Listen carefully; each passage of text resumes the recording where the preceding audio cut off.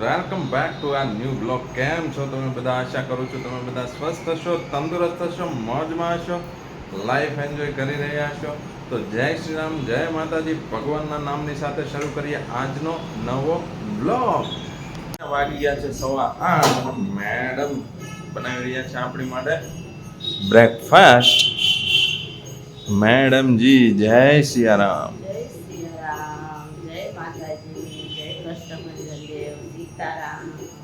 First class breakfast લઈ લીધું છે અને ટાઈમ થઈ ગયો છે ઓફિસ જવાનો, અને વરસાદને આવવાનો પણ ફૂલ ટાઈમ થઈ ગયો છે. એકદમ અંધારા જેવું થઈ ગયું છે અને રેનકોટ કાઢવો પડે એવી હાલત થઈ ગઈ છે. જુઓ, ઉનાળાની ઋતુમાં રેનકોટ લઈને જવું પડે છે.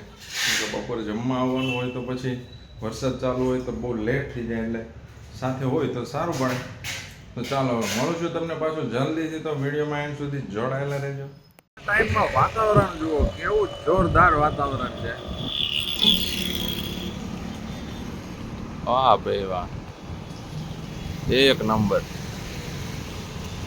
મજા જ આવ્યા કરે એવું વાતાવરણ છે.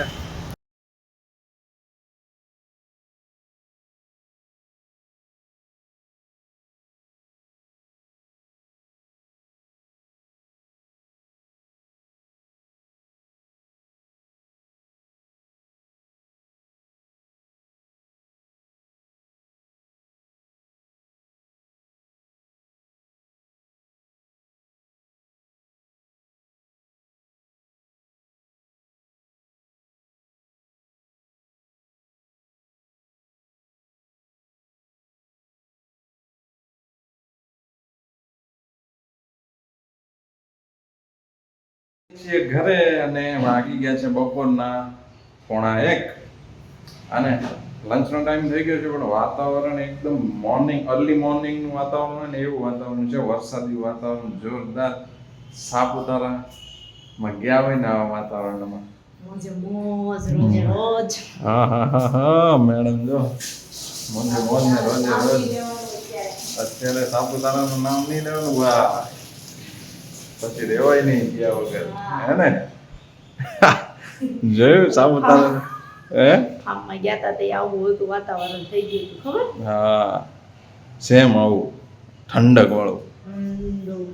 ફાર્મમાં ગયા ને ત્યારે ઉનાળો જ હતો ને ત્યારે, નહીં દિવાળી પછી વેકેશનમાં ગયા હતા.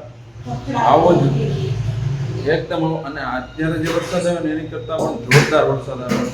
પેલા લંચ લઈ લઈએ. પ્રોબ્લેમ એ થાય છે.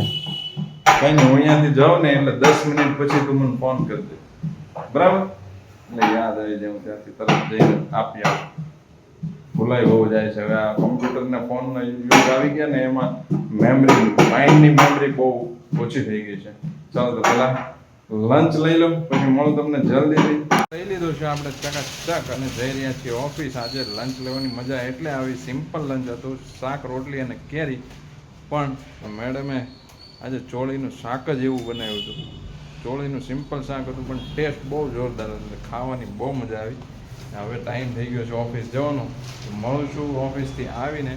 ઘરે વાગી ગયા છે રાતના 8 અને હજુ ડિનર બન્યું નથી. ડિનરનો ટાઈમ તો થઈ ગયો છે. મેડમજી શેનો પ્રોગ્રામ છે મેડમ? થેપલા બનાવતા, હવે શાકનો કરી નાખી. થેપલાની બદલે સબ્જી. ઓલું શાક પડ્યું તું, બસ પડ્યું ને એવું થાય. બરાબર છે. ચોળીનું થોડું પડ્યું છે. ચોળીનું શાક જબરદસ્ત બન્યું છે. તો ચોળી હું ખાઈ લઈશ. મેથી પપ્પાને આપી દેજો, કોઈ વાંધો નહીં, ચાલશે. આજે મેડમે ચોળીનું શાક એવું બનાવ્યું છે ને કે આજ સુધી આવો ટેસ્ટ ચોળીનો ક્યારેય નથી આવ્યો. એવું બનાવ્યું છે મેડમ. આપણે વખાણ કર્યા ભાઈ, સારું બનાવે તો સારું કહીએ અને ખરાબ બનાવે તો ખરાબ પણ કહીએ, એવું નથી. કેમ કે જો ખરાબ બન્યું અને ન કહીએ તો નેક્સ્ટ ટાઈમ એમને ખબર જ ના પડે ને કે આમાં મારે શું મિસ્ટેક થઈ છે. બરાબર છે? તો મિસ્ટેક જે હોય એ પણ કહેવી પડે ને સારું બનાવે તો ભાઈ સારું કહેવું પડે. બરાબર છે? ડિનરનો ટાઈમ થઈ ગયો છે ને, ડિનર લીધા પછી આપણે જવાનું છે એક પ્રોગ્રામમાં. તો વિડીયોમાં જોડાયેલા રહેજો. તમને ખબર જ છે, તમારી સાથે જ જઈએ છીએ દરેક જગ્યાએ. વિડીયો થ્રુ તમે પણ એન્જોય કરો જ છો અને જો હજુ સુધી પ્રીવિયસ વિડીયો એન્જોય નથી કર્યા તો જઈને જરૂરથી એન્જોય કરજો. ચાલો મળું થોડી જ વારમાં. ડિનર લઈને હવે ટાઈમ થઈ ગયો છે ડેસ્ટિનેશન તરફ જવાનો, તો વિડીયોમાં જોડાયેલા રહેજો. ચલો નીકળીએ ડેસ્ટિનેશન તરફ.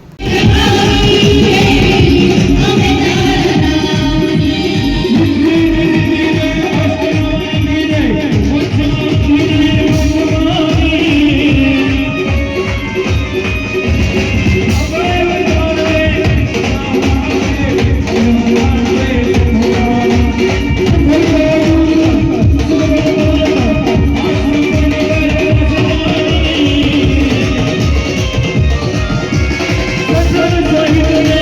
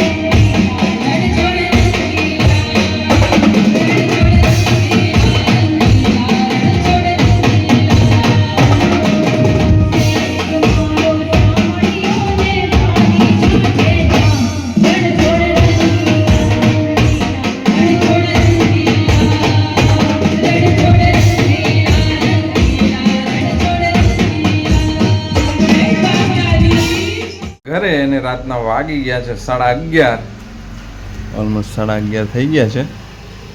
તો ત્યાં આપણે ખૂબ જ ધમાલ મસ્તી કરી, બધા ખૂબ જ ગરબે ઘૂમ્યા અને જયદીપ જાની અને નીલમ પટેલના અવાજમાં સાથે બીજા પણ સિંગર્સો હતા. તો ખૂબ જ મજા આવી. આઈ હોપ તમને પણ મજા આવી હશે. તો જો તમને આજનો આ વ્લોગ પસંદ આવ્યો હોય તો વ્લોગને લાઈક કરો, કમેન્ટ કરો, શેર કરો, સબસ્ક્રાઈબ કરવાનું બિલકુલ ના ભૂલશો અને બેલ નોટિફિકેશન ઓન કરી દો, જેથી કરીને આવનારા નવા વિડીયોના નોટિફિકેશન તમને જલ્દીથી મળી જાય. તો રાખીએ છીએ આજના માટે બસ આટલું જ. મળીએ છીએ ફરી પાછા આવતીકાલે નવા એક વ્લોગ સાથે. તો ત્યાં સુધી હસતા રહો, મુસ્કરાતા રહો, ખુશ રહો, લાઈફ એન્જોય કરતા રહો. જય માતાજી, જય શ્રી રામ, જય હિન્દ, જય ભારત. Bye bye.